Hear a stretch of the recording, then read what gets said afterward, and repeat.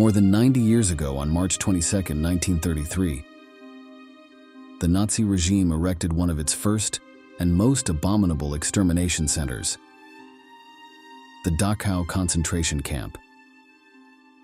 More than just a prison, it became a grim model for the future machinery of death.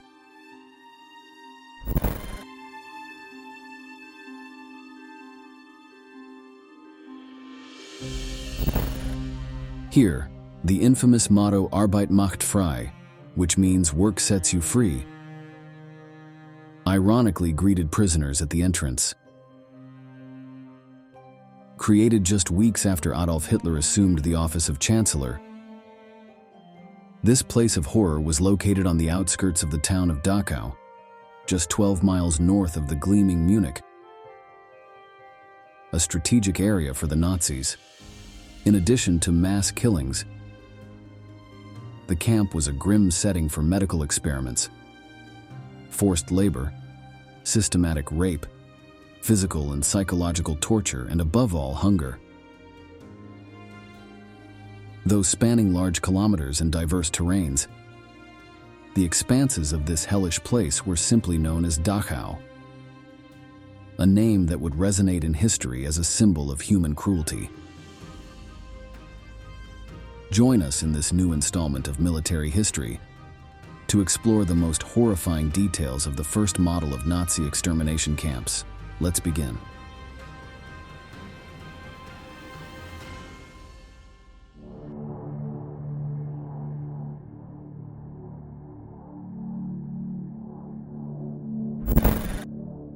Located on the grounds of a decommissioned ammunition factory near the northeast edge of Dachau, approximately 12 miles northwest of Munich in southern Germany, the camp received its first prisoner transport on March 22, 1933.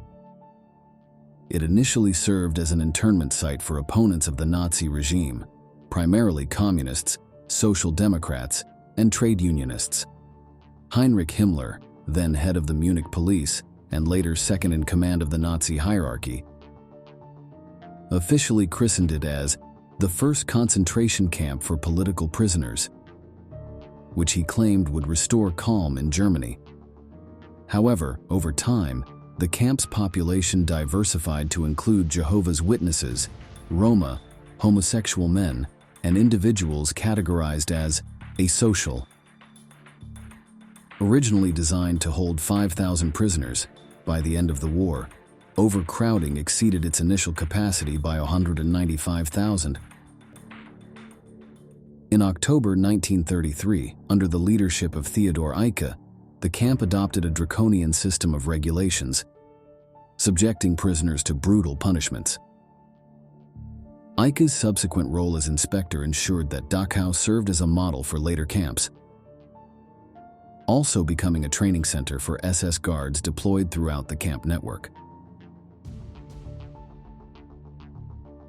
In early 1937, the SS began construction of an expansive complex of buildings on the original campgrounds. This arduous task began with the demolition of the old ammunition factory, carried out by prisoners in deplorable conditions. Although a gas chamber was built at Dachau alongside the crematorium, it was never used for mass murder. Mass killings occurred through shootings, hangings, and primarily through a gradual and brutal process of starvation, forced labor, and exposure to cold. The latter was carried out by forcing prisoners to remain outdoors for hours in extreme conditions, without adequate clothing or food. It is also known that some prisoners were sprayed with icy water and left outside to freeze. The victims were not limited to political prisoners. Regarding the victims of the final solution, the number of Jewish prisoners in Dachau increased as their persecution intensified.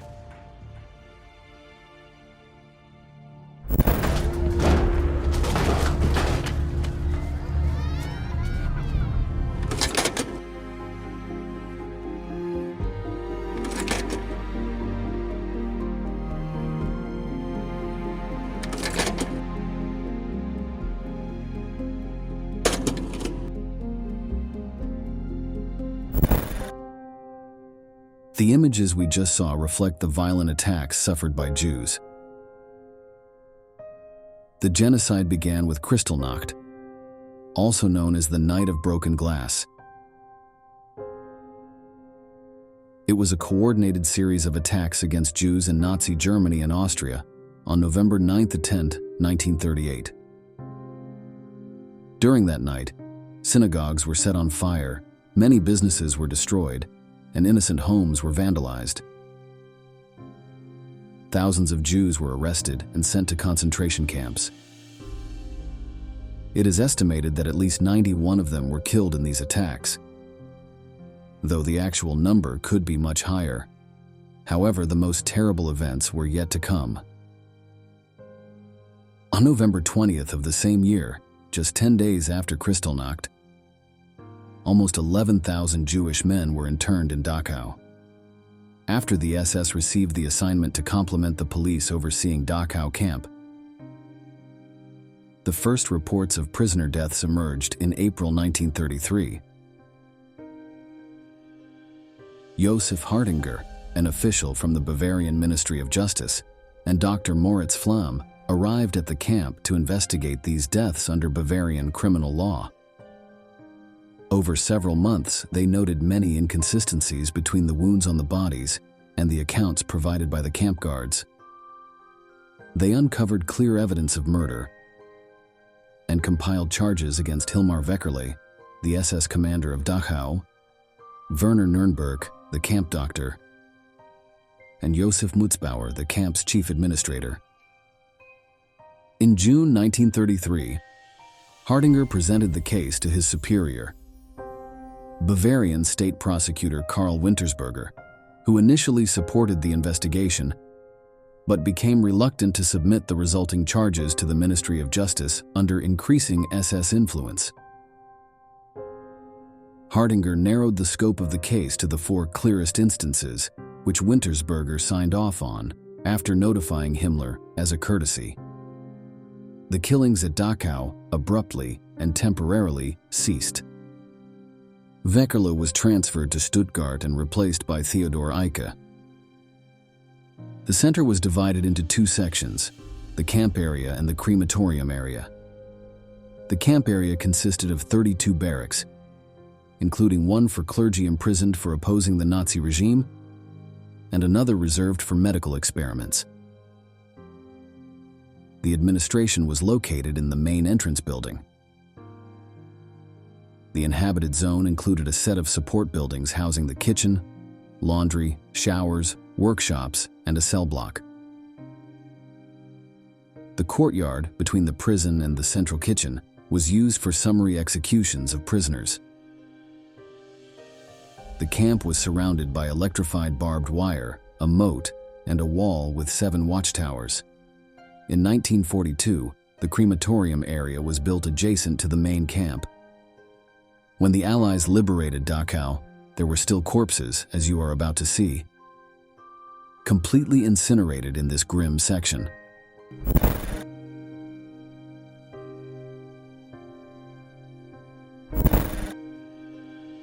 This zone included the old crematorium and the new incineration center with a gas chamber.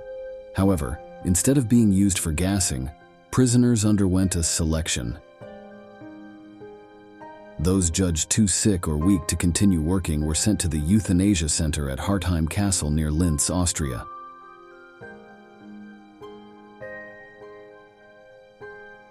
There, over 2,500 prisoners transferred from Dachau were killed in gas chambers. Additionally, mass executions were carried out by shooting, first in the bunker courtyard and later in an SS-designed shooting range.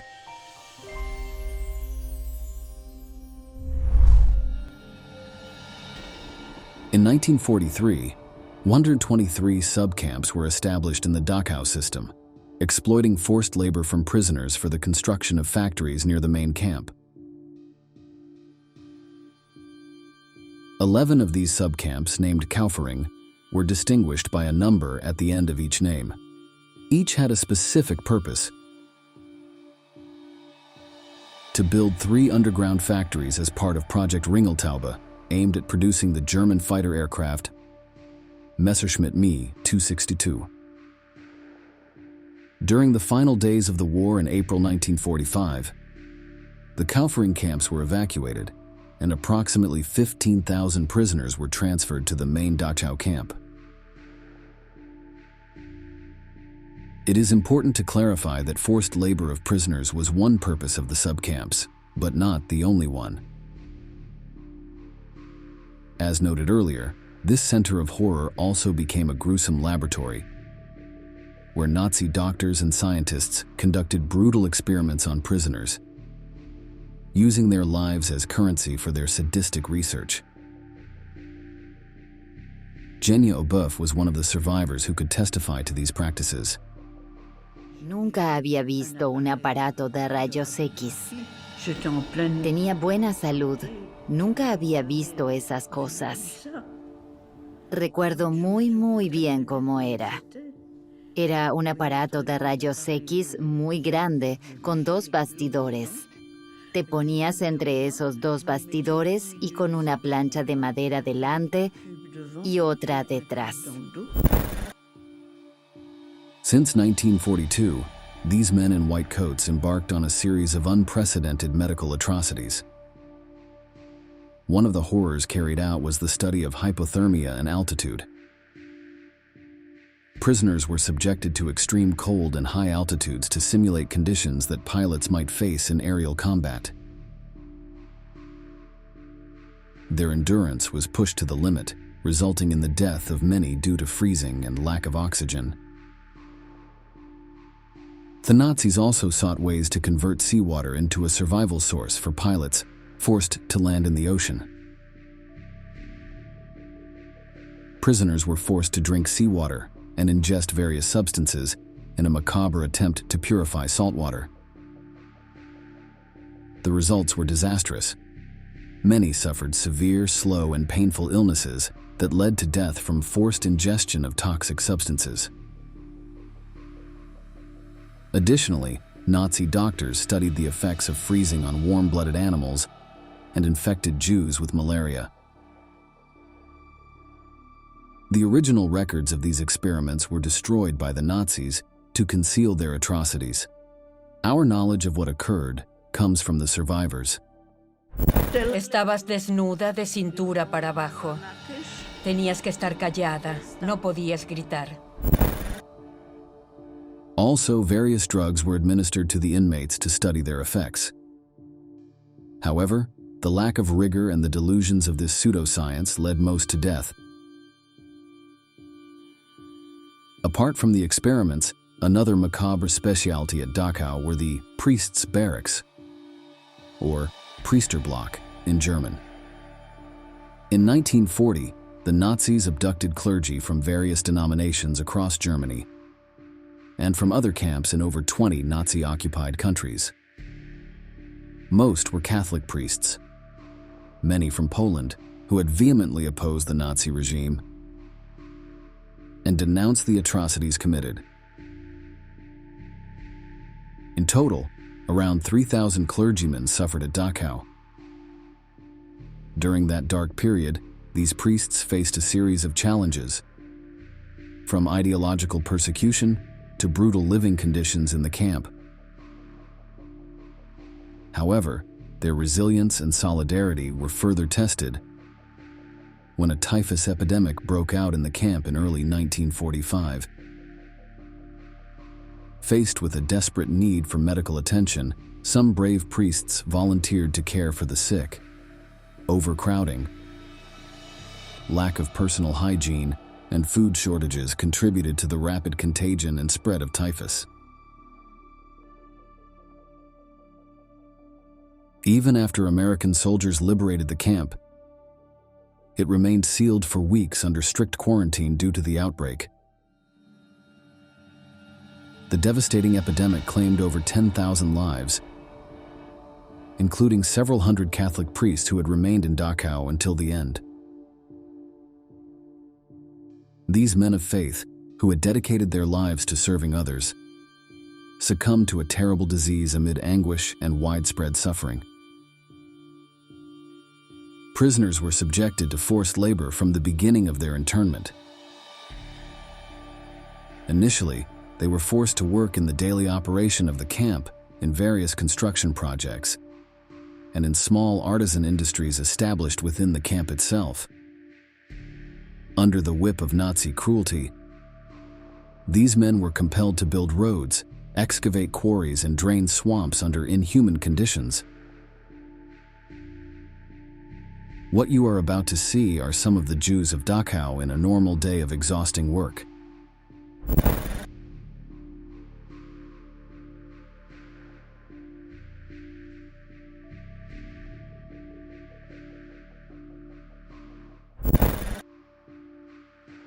As the war progressed, the use of concentration camp prisoners became crucial for German armaments production.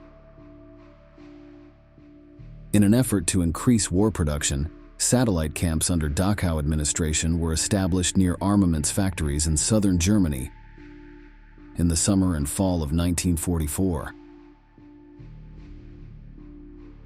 Thousands of prisoners were subjected to grueling work, without adequate rest or sufficient food, under constant surveillance and the whip of the guards. Testimonies describe heartbreaking scenes of prisoners collapsing at work, their exhausted bodies falling to the ground while the air was filled with the lament of despair. For many, death became a release from their agony, a final escape from an existence marked by brutality and suffering.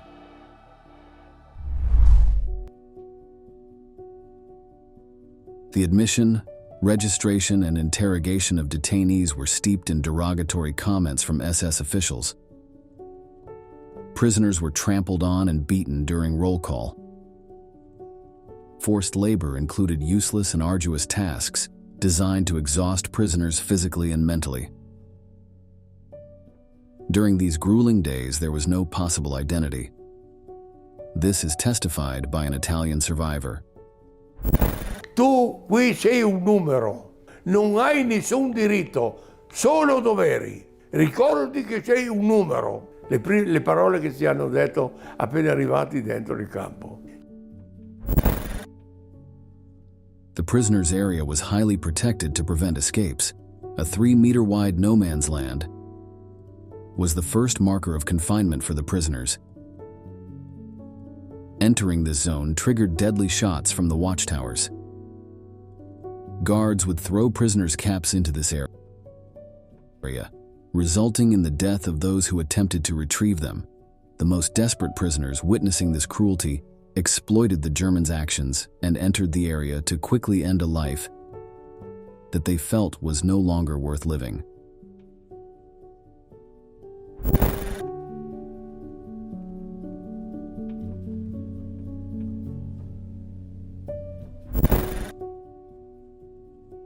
In August 1944, a women's camp was opened within Dachau.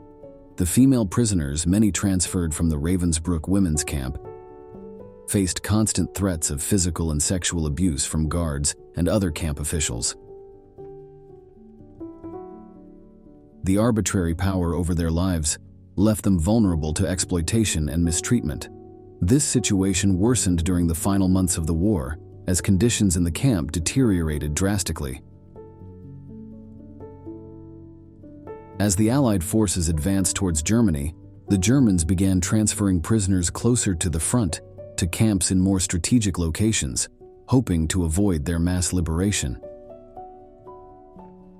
Amidst this chaos and desperation, the women in Dachau faced increased violence and oppression from their captors, who became even more brutal in their attempts to maintain control over the prisoners.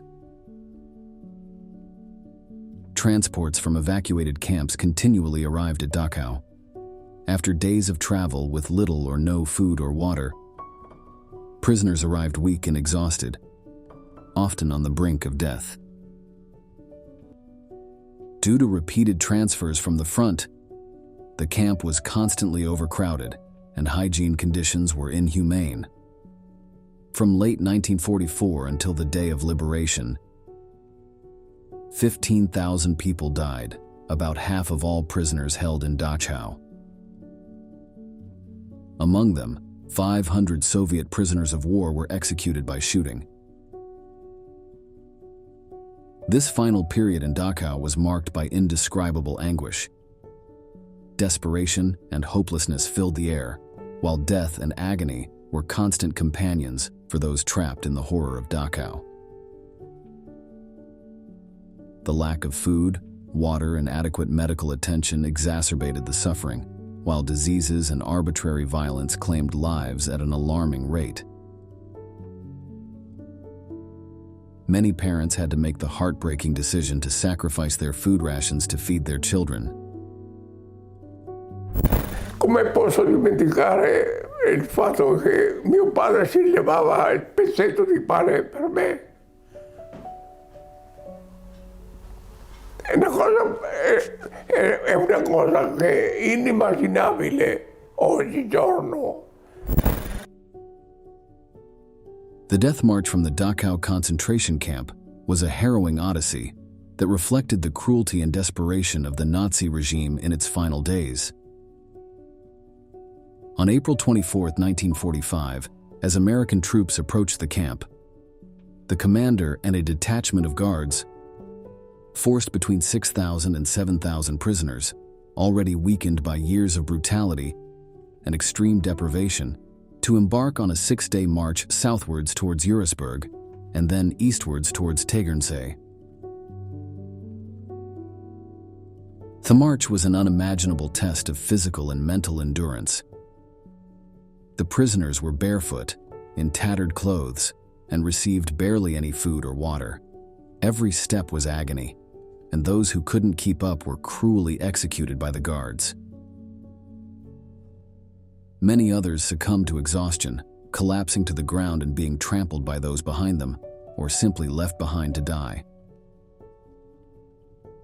Lifeless bodies piled up along the route, a grim trail of death accompanying the survivors on their march into the unknown.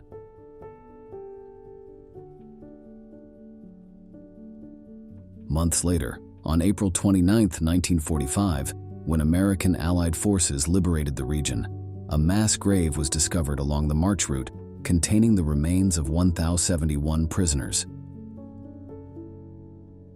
By the end of the war, the mortality rate had peaked at 200 deaths per day.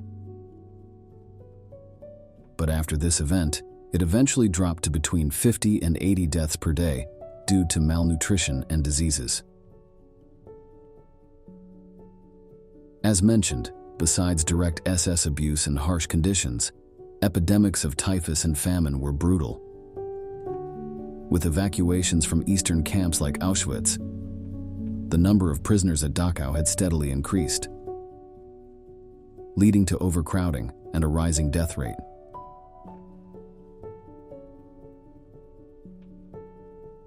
Inside the camp, the Allies found even more corpses, often naked, lying where they had fallen in the hours or days before the camp's liberation. Sometimes the bodies were stacked on top of each other like firewood. For many soldiers, witnessing these atrocities gave new meaning to the war.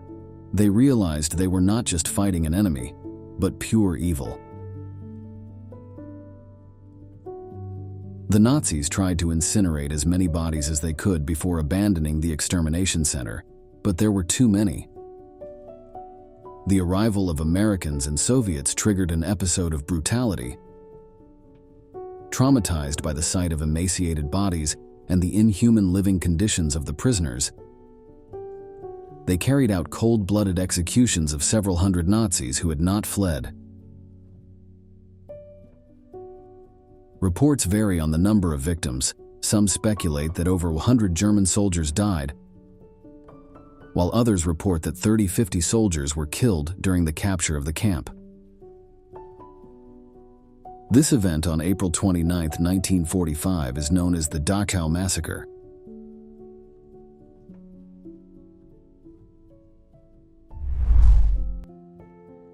This place symbolized a model of extermination for the industrialization of death on unimaginable scales, which by the end of the war numbered in the millions. Today, the facilities of the complex function as a memorial museum. Between 1996 and 2003, a new exhibition was developed at the museum offering a comprehensive view of the history,